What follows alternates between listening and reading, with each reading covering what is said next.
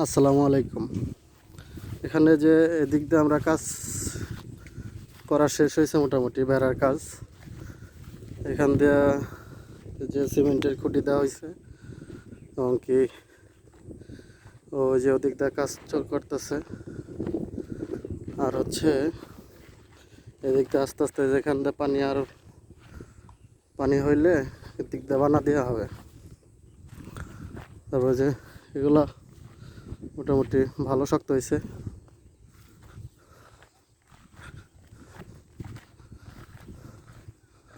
হচ্ছে